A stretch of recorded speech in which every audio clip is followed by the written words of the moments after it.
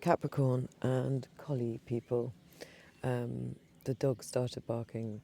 There's a dog that I misnamed as Luna, who's actually called Petra, who spent some time with me yesterday, and they just started barking as I walked down here. She's amazing. Anyway, so anyone who related to the idea of collies and Capricorn, I've laid your cards, and just to see whether you want to stay or not, it's really interesting. There's a sort of a new passionate start in your life, an idea, but it's at odds with something to do with your heart, or your heart and your libido are sort of are wanting to work in accordance with each other, but something is getting in the way, and that's what we resolve. But it has an amazing end, and it's got a really lovely symmetry to it, this reading. So if that sounds like it might be for you, stay around. I keep nearly turning off when I do that. It's like, there's the summary. Anyway, let's dive straight in. So we've got you in your inner life as the King of Cups.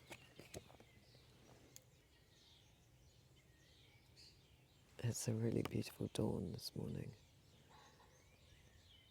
Oh, so lovely. Anyway, the King of Cups. So what can I see here?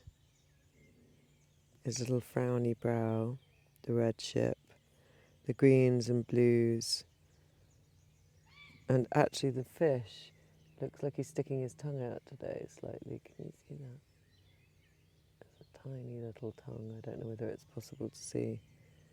Or his mouth is slightly open. So the emotions are speaking, or the emotions are teasing you. These roiling, difficult emotions. His brow, the red ship. He looks quite stern. So inside, when we see the King of Cups, what we know is that you're feeling a lot. And one minute it might be one way, and the next it changes. It's really confusing. He is an amazing king because he's a king, so he does have great understanding of emotions. And he is, like, strangely, if you were to talk to him about other people's emotions, he'd probably really get it. But he's often allows a lot to go through him, like I suppose an empath would.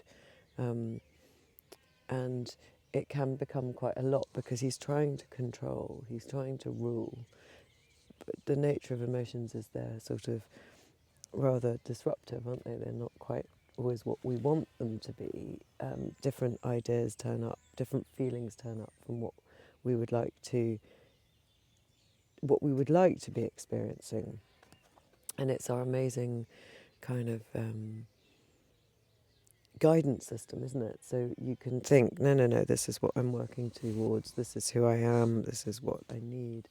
And then something tells you something's wrong, or you get an uncomfortable feeling and you have to follow that, or you get a raging rage out of nowhere and you don't know why. It's triggered something from your past. I mean, often we feel very inappropriate, large feelings that we need to sort of control, but what we shouldn't do is stifle them. We should find a healthy way of letting them out. So that's you on the inside. How it makes you out on the outside is with another king. Okay, I'm just going to battle through this with my emotion. My emotions are either making me, the way I first saw it when I first saw these two cards together was, it's either making you think, I can't, I need to just go, and it's almost running from your emotions into action, into sort of dynamic, kind of entrepreneur, think outside the box kind of action. Or your emotions are inspiring this kind of action in you, which is a possibility.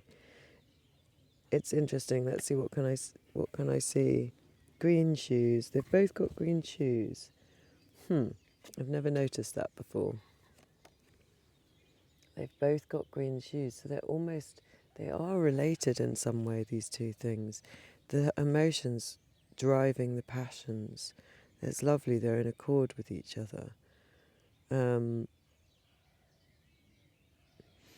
actually the King of Cups looks a lot more sure than the King of Pentacles, as the King of Wands does, actually. He looks a bit unsure, whereas he looks very sure.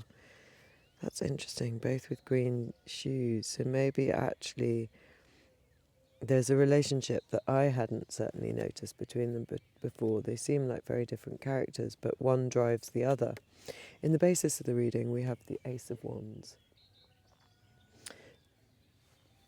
So the basis of the reading is, how do we allow our libido, our creative passions, these new ideas, this kind of unbelievable, passionate, driving force to come to work through us. And I think what was asking is, how do we allow it to work through us with the emotional side in tow, rather than just following it and then getting disconnected.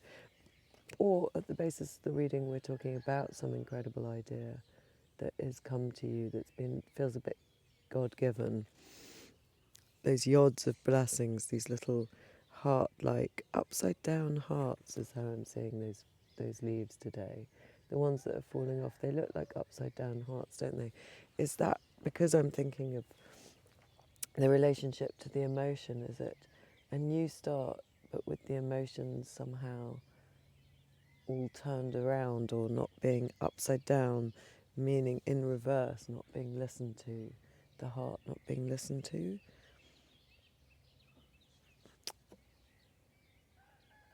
I'm unsure, because I do see those two green shoes being similar, and so I think maybe they're more related than they understand. And these are blessings, actually. These little leaves that fall, they represent blessings. So there's a blessing in the emotional world, even if it's that we have to understand how to turn our hearts up, how to tune into our hearts.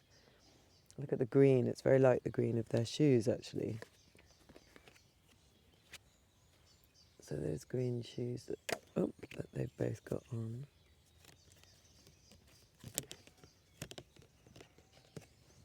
Green shoes they've both got on is the same tone as that. So there's this basis in this green in all of these, which I love. So is it saying that the thing that connects these two is that their love of nature, their love of this spring-like green? I took loads of pictures. We went to San Gargano yesterday, in the little church that's next to it, which is beautiful. And it's kind of amazing, especially as an English person, if you walk in, because there you are in the middle of Italy, and you walk into this little church, and there is a sword in a stone. Just a sec, I said, that's our myth. When I first saw it 10 years ago, and no, it's a myth of San Gargano, who was a warring, rich young prince who sort of had an epiphany, a bit like St. Francis. I'm recording this the day after the death of the Pope, Francisco. And he had a sort of similar epiphany, and it was at a very similar time in history, only a few years between the two of them. And he put his sword into the stone as a way of saying, I surrender my aggression, and then became friends with the wolves, very like St. Francis, and lived in peace. And so his parents, when he died, built him this beautiful abbey, which now stands without its roof. And next door is the even more spectacular church. I can't remember the name of the church, but it's right next door on a hill with this stone and this incredible round ceiling, which is black and white, black and white, black and white. I mean, I was videoing it and I nearly fell over. It's a very, very beautiful, special place. So I'm telling you about that. Why am I telling you about that? Oh, just a sec. That's really unusual. I've lost my thread. Just a sec. So,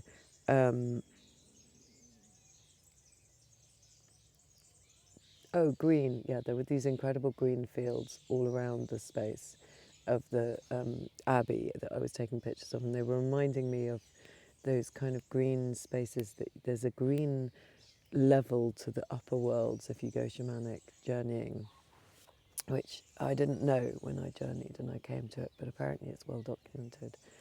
So it's reminding me of that sort of halcyon, perfect, green, lush, spring-like energy that's feeding both of these kings, that's feeding your emotions, that's feeding your drive, and here again your drive is turning up again. So it's fresh, it's lovely, it's pure, it's innocent, it's natural.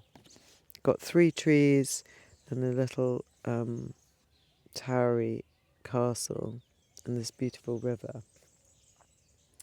Here, the emotions are calm, aren't they? That river flows well and strong. It's not like the crazy sea. So there's something about listening to this start that might calm the emotions. And that's the basis of this reading. It's all about how we can start relating to this passion or this passionate idea that's come to us, our drive, our action, our fire. In the recent past, we have the King of Cups. Now, he turned up in the upside down, so I think that I will read that, and I think it says that you might have felt as if everything was slightly against you. There were no wishes being fulfilled. Or it could mean indicate his less sort of, because he is usually a wish fulfilled card. He's happy, he's content, but actually in the reverse, it might be that you're drinking too much. There might be some addiction.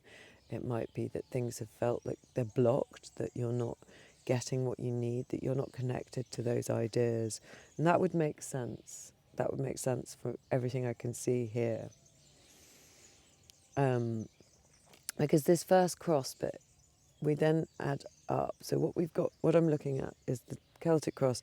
In the first cross bit, we've got your inner world, your outer, how it's making you act in the outer world. The basis of the reading, this Ace of Wands. What's happened in the recent past, what's happening in the near future, and now a potential outcome based on just that information. If we don't add in your environment, your attitude, your hopes and fears. So just with what's going on around you in your inner and outer world, we end up with a potential outcome that's quite punchy. 2 sevens, 7 nowhere near as well. The end that we've got is beautiful, but this, so having your power stolen with the 7 of Swords and being on higher ground, but really kind of out of control, boot and shoe, fighting all these different competing needs. So this is fire out of control, the 7 of Wands. It's fire that feels like it's going to consume you. And the 7 of Swords is mentally feeling a bit mugged off. So in both cases, there's sort of a sense of an assailant, of something that you've got to avoid. And I think this comes from... It's interesting, the 2 kings... I mean, it's kind of amazing, your reading. Sorry, I've just realised. The 2 kings get their 2 queens, so it could not be more clear. The kings are all in sword, okay? So even if you're a King of Cups, you are basically a sword. The sword rules all of the kings. So you're thinking about your emotions, and when we think about our emotions a lot, it doesn't really help. We have to feel our emotions. And the King of Wands is strategizing about his passion and his fire. And with just them, without their queens, the queens turn up in the line next door, you don't get what you need. You get fire on fire, firefighting. Your heart isn't involved. And the swords, you feel like your emotions are mugging you off somehow. They're disempowering you.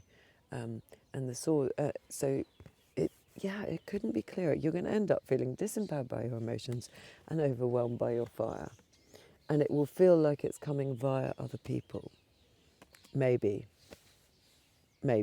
not, but it feels like there's sort of some assailants. Let's see, what can I see? This is such a beautiful reading, Capricorn, dog people.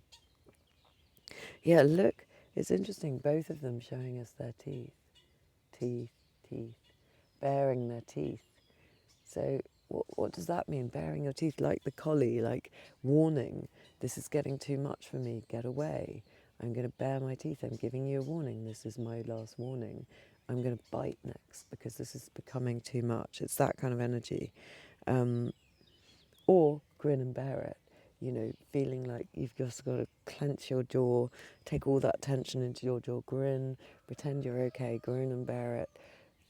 Take all of the tension into your body and not express yourself. Either way, not good. That's what the king would do, wouldn't it? He would growl and he would grin and bear it, and he would lock his jaw, and he would not be able to show any softness that his queen brings into the suits. This is a stage card. There's yellow line, meaning Pamela Coleman Smith was a stage designer, set designer. So when she puts this, it's sort of like, I think it's almost like you're watching a play and you might be aware of giving your power away in this case. Whereas in the Seven of Swords, he's just in the experience, feeling quite kind of overwhelmed by it. I've got a fly on my screen. So that's your potential outcome with all this fiery sword, king and kingy. The king's in ruling the heart, and the wand, and then a big match being lit underneath the kings, so sort of like rocket fuel to their aims, and a feeling like things aren't quite going your way.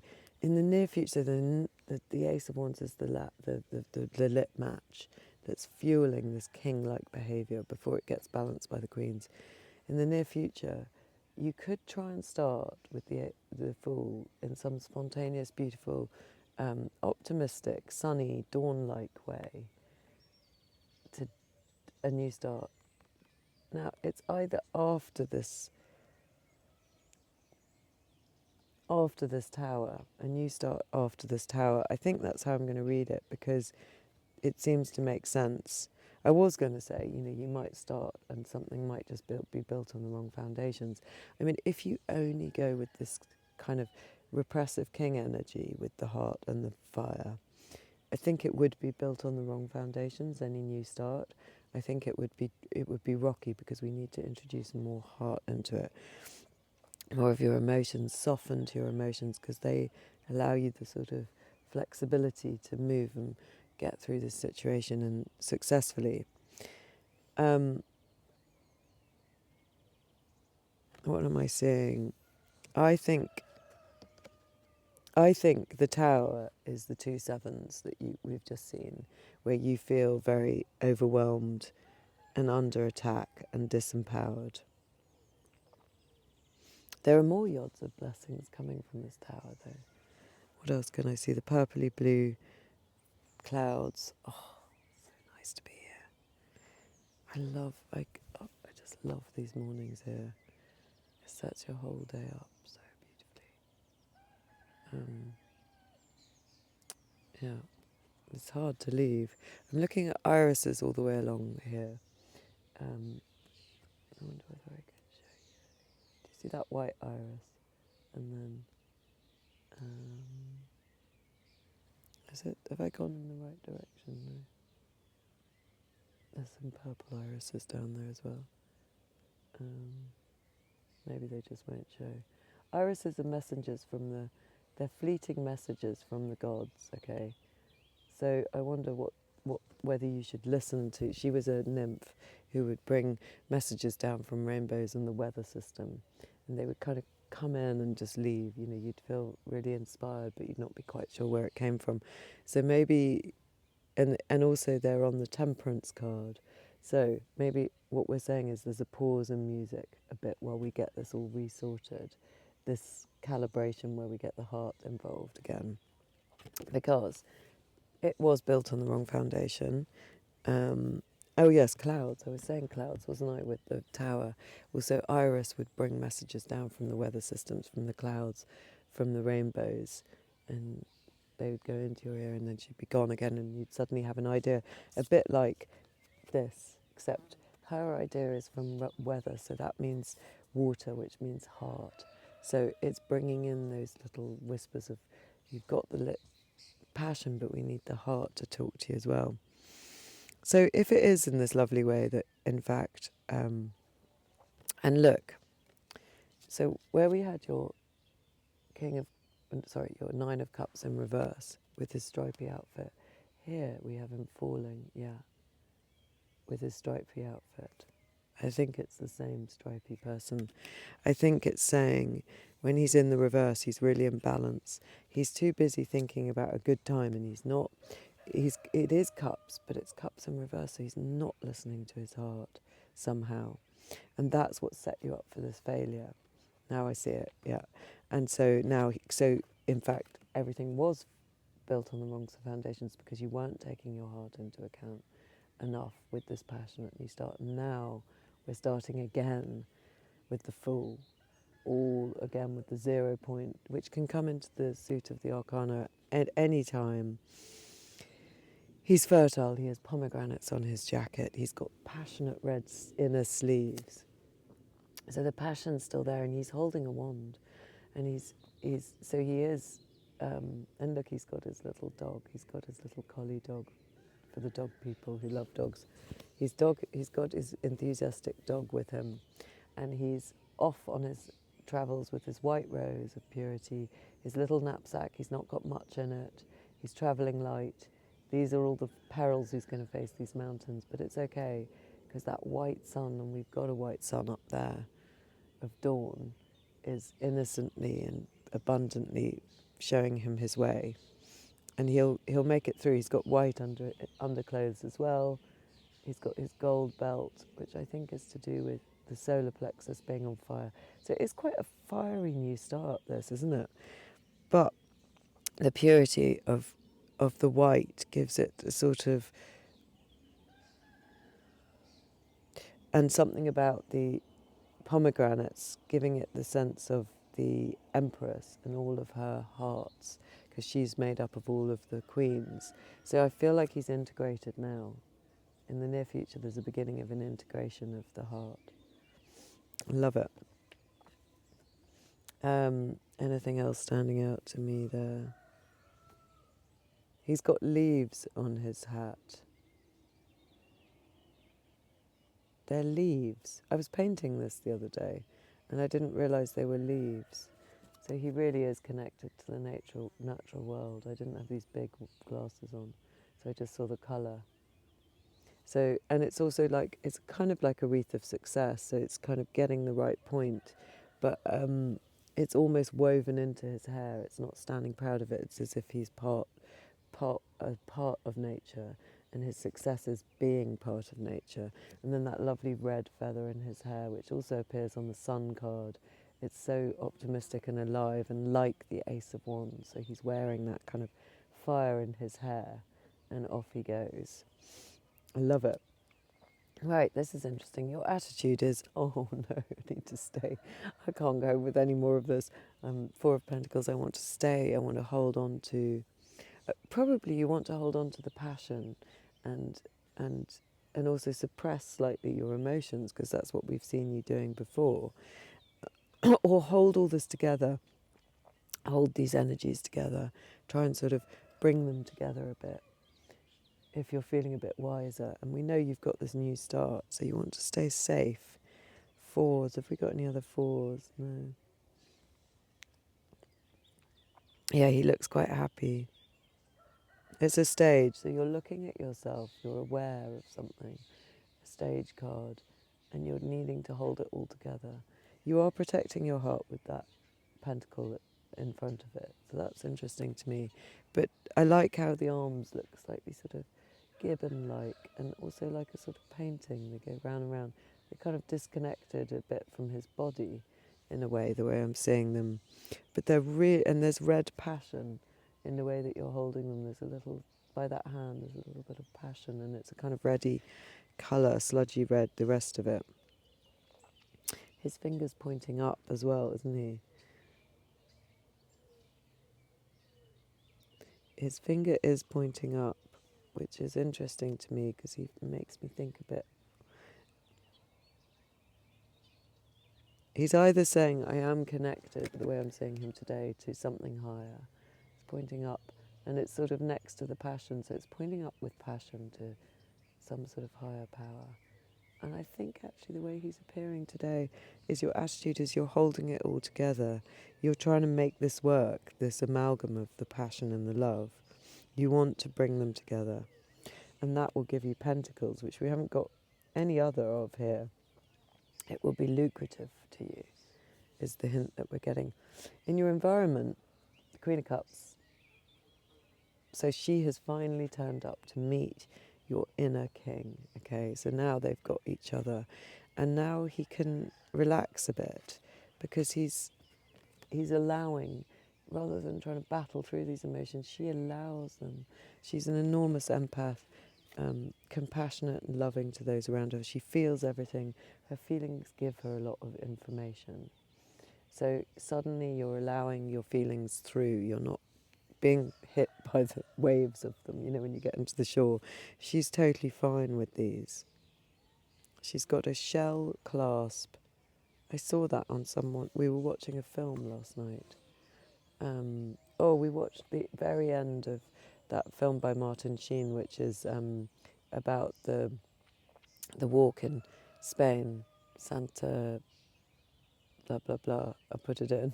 Oh, it's such a beautiful film. It made me cry even watching the last 10 minutes. It's so beautiful. I really encourage you, if you like pilgrimage. It's a really beautiful film about the pilgrimage path that goes through Spain. We've got one close to us here as well, which is lovely, and I must do a bit of that when my hip's feeling better. Apparently it goes all the way to London. I must look into that. This is like a voice note to myself. Or England. Anyway, so now you're listening to her. This is your attitude, your environment, maybe something about your home, the people that you have at home, your loved ones, your pets, if you're a dog person. I mean, that's how I felt yesterday when this dog, so I lost my dog a year ago, and it has been devastating. Because let's not go there because I'll start crying, but what I realised yesterday, so my boyfriend, I'd been saying, I want to see that lovely young collie puppy. She's about a year old, and my dog died about a year ago. And so it's an interesting parallel. And I keep seeing her, and she's got her mum with her usually. And I was out sitting in the daisy sort of bit of the lawn, doing a painting of the Fool, actually, interestingly, I was annotating a painting of the Fool that I'd done, and I was just about to get to the dog bit. And he said, oh, she's here. She's called Petra. I misnamed her as Luna in the video. Anyway, she's called Petra. She came over and she's a bit nervous, and she slunk right down like dogs do, especially collies, when they're nervous. And I was like, come here. And I was on the ground anyway. And she came and gave me a cuddle, and that was it. Oh my God. We were there for 40 minutes. She would not let me go. She got more and more. Puppies are a little bit bitey. She was really holding onto my arm. She had her hand on my chest, all dominant. She had her head on my chest. She loves cuddles, this dog. And she smelled so good. And she was being so loving. And, it was just lovely. Every time I tried to get up to move her into the shade, she would sort of drag me back down again. She was loving it. I think her owner might be away working. He lives around the corner. And in a farm, so it's a collective, so lots of people work there, and so maybe she's not getting enough love and cuddles. But what I felt was how sorry, I'm kind of losing. I'm not losing the thread, because it's about your environment. If you live with a dog, if you live with a tactile person, if you live with a child where you have lots of cuddles, it's so important, that feeling that gives us. I was like, God, I've missed this. I mean, it was lovely. It was lovely. And I think it's sort of the feeling, it made all my feelings soften. I mean, I'm in a good mood anyway, but, she allows you to be present and feel and enjoy your emotions and allow them to move you through you and move you. And she would soothe the King of Cups. That is like having a cuddle, Queen of Cups being there. So maybe you have someone at home, and the clasp is reminding me of a clasp that was on Anthony Hopkins in one of the Zorro films. I don't know if that means anything to anyone, but I remember thinking, oh, I've seen that somewhere before. She's got a shell clasp holding her lovely sea-like. So she has mastered emotions, as the Queen of Swords has mastered clarity by kind of dominating confusion. She has not dominated, but she's mastered, because she's wearing them, emotions. She's wearing it like a pelt, and it's held with a seashell. Deep sea knowledge, deep emotional unconscious knowledge is what she has. And so something in your environment, maybe it's just a very beautiful, nurturing environment, maybe you live on your own and it gives you a connection. She looks sad though today. She looks really sad the way she's looking at her Grail cup. Why is she sad? Maybe like you're grieving. Yeah, I can see something under her cloak there next to the angel. What's that? What is that? There's layers of stuff that maybe is a bit darker. She is sitting on a red cushion. There is passion there. But she looks sad. Maybe there's some grief that you have to metabolize in order to let this alliance work. I still never looked up what these claws mean on the Grail cup. They're a bit like the crayfish claws, aren't they? They make me think of that. Oh no, they're two angels. But I'm seeing crayfish claws, crawling out of the moon card. But actually I'm seeing they're two praying angels, I think, with big wings going over the top of them. That's good. I've got that insight. I think that's it, protecting the Grail cup, but I can't help but see claws. Okay, so wonderful. We've now got the King and Queen of Cups. That's amazing. And then, in your hopes and fears, we've got the Queen of Wands, so the consort to the King of Wands, and the Knight of Cups. So we're starting to get the full gamut of the heart, the cups coming in. The cups do need to get the predominant say in order to fuel this. So your hopes and fears are you want to be able to use your heart in this passion and to be able to offer it to people. You really do care about what your heart is saying. So it is a passion, it is a wonderful new project, but it has to be led by your heart. She's still wonderfully wandy, the Queen of Wands. She's a rule breaker, she's got her legs open, she's got her little cat that's looking right at you, her intuition, the sunny disposition of the sunflowers that reminds us of the Fool, her optimism, and of the Sun card. She's protected by her lions. She's magnificent, but she is in touch with her feelings and she is a nurturer in her own way. So that's what you need. That's what you're hoping for. And you want then to be able to offer to the world whatever this new idea is, this new version of you, this new creative idea that you're thinking of, this new love that you might be pulling in. And what can I see about these two?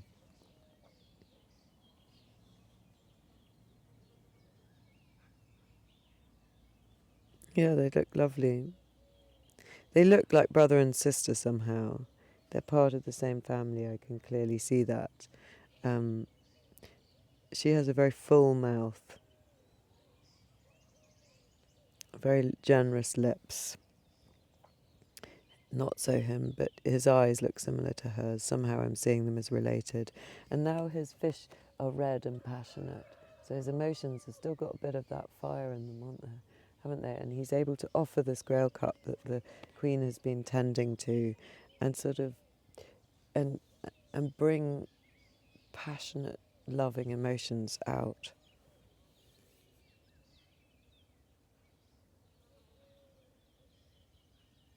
The tails of the lion behind her.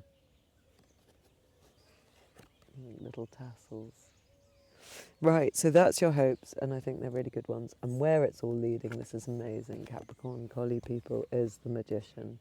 You get everything you need in full balance, and this means your will is unstoppable and your intention is very, very clear. This is the Master Manifestor's card. You now have your cups, your wands, but in addition you have your sword and your pentacle. We saw you holding on to the Four of Pentacles there, wanting to sort of hold on to that earthy ability to ground all of these ideas. And we have seen the swords turn up in the Seven of Swords. They're now all under the command of this amazing magician. And that means that you are going to get what you want. And the magician is saying, as above, so below. So he brings energy down in order to make things happen on this plane, but also he understands that everything has its correspondence. He's probably talking about the stars. And who had their hand up? Who had their finger up? Oh yes, the Four of Cups. he sort of slightly reminded me of that because he was pointing up, that hand pointing up like this. I don't know why, it just really resonated. I think it's an amazing, because the will of the magician is unstoppable. He has everything he needs, and he is very clear about what he wants. And that clarity is the final ingredient that means that he's got the intellect, the heart, the passion, and the means, the physical means, and the grounding to get things done. I mean, it's incredible. You're going to be able to make this work. It's the most beautiful ending. I just absolutely love it. He's got that belt which goes round and round like and the infinity symbol, and the snake grabbing its tail, the infinity symbol above him. He's holding a torch or a wand. He's in nature, and he's got that yellow background, the same as the Fool. So from the naught to the one. So the Fool starts off on his journey, and then he gets into this kind of manifesting mode of knowing exactly what he wants to bring in. Absolutely love it. Right, we are going to cap this. It's going quite long, but it's all right. You've either stayed or you haven't. So let's cap it first with, I'm going to start with the mystical moments. Is there any part of this reading you'd like us to focus on? It's so beautiful. The King and Queen of Cups, King and Queen of Wands, the Magician. No, that's just tons of cards. We've got one on the floor. No, we're not taking all of those. I'll just see what it was. The Three of Wands. Knowing where you want to go. We've got the Seven of Cups now. And the Two of Wands. And we just had the Three of Wands on the floor. So it's a lovely version of the Seven of Cups, because normally in the Seven of Cups we don't know. It slightly plagues me, that card. I don't like it. But I've got lots of different alternative readings of it. Here, this version is beautiful. She's picking a star. She's picking a cup, metaphorically. Normally, you don't pick the cup. That's the problem, is that you're letting everything rot in the sky in your imagination. You're not bringing into fruition what you need here. Like the magician with her wand, she is saying, I pick my cup. I know exactly what I want now. I've got everything balanced. Look, they're both doing it. It's so beautiful. So I think that's a very clear indication just to say you know what you're doing, and that we had the Three of Wands on the floor, which is when you know where you want to go, and here the Two of Wands, which is also contemplating where you want to go, and using the moon and the earth, balancing these two energies. So the moon being emotions, being able to be led by the emotions to where you're going to go with this manifestation. That's lovely. And I'll get you a charm from the same bag. Let's see. Got three. Let's have a look. We've got the pentacle that you're holding over your heart. So it's just reminding you to hold your heart safe, and that the pentacles are coming in too. And there's a book. Is this a little book or a painting? See, well, we've definitely got the moon, but the moon with yods of blessing. I love it. Do you see how it's got these little... Oh, sorry. Do you see how it's got these little... Oh, there's the collie. Oh, come and see me, please. I really want to see Petra. So the yods of blessing that we saw coming down from here, like these leaves, they're now... The emotions are what allows you to get to those blessings once you connect with them.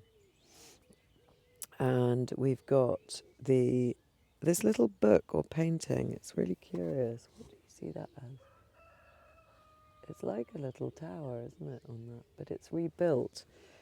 I think the tower is rebuilt, or as a bird cage. I'm seeing it as the tower rebuilt perfectly. So, and a book and a sort of understanding of what things are. Right, then we're going to get an enchanted forest or a tarot card.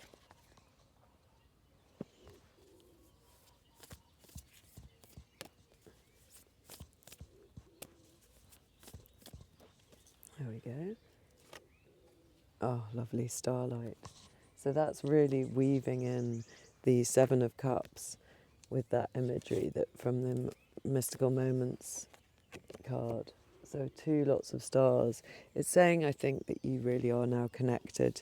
With the star card, it's the card that comes after the tower, and it talks about healing and being connected to other realms. These elves are sitting in the tops of trees. In the traditional Rider-Waite, it says that your star of bright hopes and dreams is starting to speak to you in this healing moment after the tower comes down. You're off again, but rebuilt in the correct way, and you now know who you really are, what you need for true health, and it speaks to you like that, as above, as below. It's as if the stars are speaking to you. You're aligned. You know exactly how to do life now because you're all. And she's naked, a bit like the Seven of Cups is naked in the Star card, because she doesn't need to be defended anymore. So it's really, really beautiful. Um, I I will hold off reading from that unless we need any more, because I want to keep the reading going. But it's absolutely lovely. So it's saying you're healed from that tower, and you're listening to your true being. And temperance. Temperance turned up in my mind at the beginning. This is in the Shining Tribe deck. Why did I talk about temperance? The pause. Anyway, I'll have to look back, but I know I spoke about temperance, so it's interesting that she's turning up. This mixing, this alchemy of these two emotions. Let's read from the book a bit about her. Temperance. I can't quite remember why. Something on one of them made me think of her. Anyway, be interesting to look back. 14.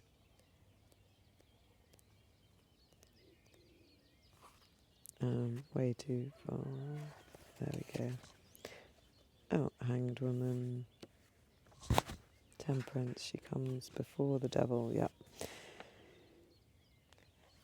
So, divinatory meanings, balance, find the middle way, avoid extremes, calm, serenity, calm and serenity, power without aggression, caution. This card sometimes counters the impetuousness of the fool. The word temperance originally meant to mix water with wine. Wine in ancient times was much higher in alcohol and thus far too potent. Therefore, the card may mean to mix two different aspects of a problem. Well, that's exactly what you're doing. You're mixing your fire, like your wine, with the water, which is your emotions, and that's what gives you the perfect balance. I just love that. I don't know that I need to read more into this, because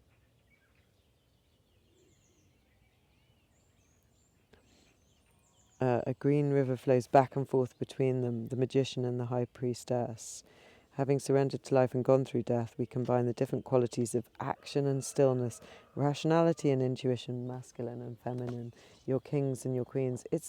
This is what you're doing. You're alchemizing something after a bit of a tower. You're starting to kind of balance things and get things straight in your mind. It's so beautiful and hard, which allows you to go after what you want. Let's have a mystical moments. Oracle. Sea Witch. Yeah. So that's a bit like the Queen of Cups, isn't it? Let's have a look what the book says. Sea Witch number 52. Being in charge of that realm, what does she say? Innocence, joy of play, wonder. This small mermaid is called the Witch of the Sea. Instead of a fishtail, she has a jellyfish on the lower part of her body. Her hair sways behind her like flowing tentacles. She holds a windmill in her hand that propels her forward. A wide-eyed fish is her loyal companion on her ocean journeys. She is young and uses the magic of childlike thinking to dance in the waves, marvelling at the wonder of life. This is where you end up. You're not scared anymore. It's just wonderful, marvelling at the wonder of life. You can feel like that when you have things in balance. You can start to look around and feel truly grateful. Let's have a Lalua. They're all here. They've all travelled with me. So you might, if you're staying, you might as well have a complete load of cards. So these are the Lalua cards, which I'm not sure whether you can get on Etsy anymore. That's too many. But they're really lovely. Just a different set of illustrations to stimulate our minds. The tower. It's wanting to remind us of the tower again. That's interesting. Let's see. So maybe we haven't finished with our analysis of that. We've definitely finished with the tower, but let's see what it wants to say about it. Because they all have slightly different interpretations. The tower. The Lord of the hosts of the mighty, Mars. Chaos, upheaval, destruction, disorder. Demolish, release, awakening, breakthrough, clear away, break down for a clean slate. A volcano explosively awakens in the night, causing upheaval for the people nearby. Ash and stone rain from the sky. When the dust settles, a new landscape will be revealed. Until then, one must wait for the sky to clear to see the new possibilities that will emerge and the new things that can be built. A breakthrough for a new idea. But new ideas cannot be built on shaky ground. A cataclysmic catalyst is necessary in order to demolish the old, to release what no longer serves, and to awaken a realization that the crumbling structure can no longer hold. Sometimes, in order to create, one must first destroy. Destruction feels like creation. I think it's saying that, if in the near future you do get this little tower moment, or this big tower moment, don't get too panicky with it. That it feels like something is meant to be coming down in order for this beautiful rebuilding. It's giving you encouragement not to get overwhelmed by it. Destruction feels like creation. Let's pull you another oracle. Check I've got all of them here, yeah. We've got 3 more oracles and then we'll cap it with a teeny tiny tarot. Grace, wise women of the grove. Grace in finding your treasure. There is grace coming, there is calm coming, that temperance calm. And it will come with the wise women, it will come with the queens, the heart energy. That's when it's all going to start making sense. This passion will not feel overwhelming anymore. And that's just, right, so we'll get one of these. Song of the Wild. Oh, isn't that beautiful? So maybe that, do you remember how both the kings have green feet, and that connects them somehow to nature, and that the fool is connected in his hat to nature, and the green here. I do think that it's important to remember, and there's the rainbow that the iris's ideas come from, the nymph iris. So maybe it's important to remember to connect to those ideas from irises, those kind of ideas that pop into your head around nature might be quite important, I think, for you. And one more thing, and then one more. Anything else you'd like to add to this lovely balanced reading of heart and passion? Gentleness and diplomacy in the deer, and truth. Wow.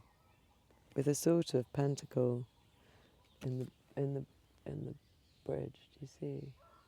Truth. You're getting a bridge to truth. There is a truth coming, and it comes through gentleness and diplomacy. It comes through the heart. The deer always feels like a connection to the heart, doesn't it? Gentle, gentle energy will bring you over the bridge to the truth. Right, where are the teeny tiny tarot? Am I sitting on them, or are they in here? Did I even pick them up? I know they're here somewhere. I don't know that we need to cap this, though. Oh, there they are. They're under here, because we're doing so well. It's such a beautiful reading, Capricorn and Collie people. I'm so excited that I might see that dog again. Petra. She's just gorgeous. I wonder what Petra means. I'll look it up. Right, anything you'd like to add to this beautiful temperance melding, alchemical melding of energies that we see here? What would you like to add? The Emperor, the Death, and the Knight of Wands. That's so lovely. So it's sort of saying, don't forget the passionate bit. We're talking all about the heart, but actually, now that that's all sorted, after this death and rebirth, you're in charge with the Emperor. There's a structure that can that can back your Knight of Wands, that can get back your passions. You can go after them now because there's enough structure, there's enough solidity because we've got the emotions sorted and it's all built on the right foundations now with the Emperor, that you can go after what you love. Thank you so much. Sorry, this is so long, and see you again.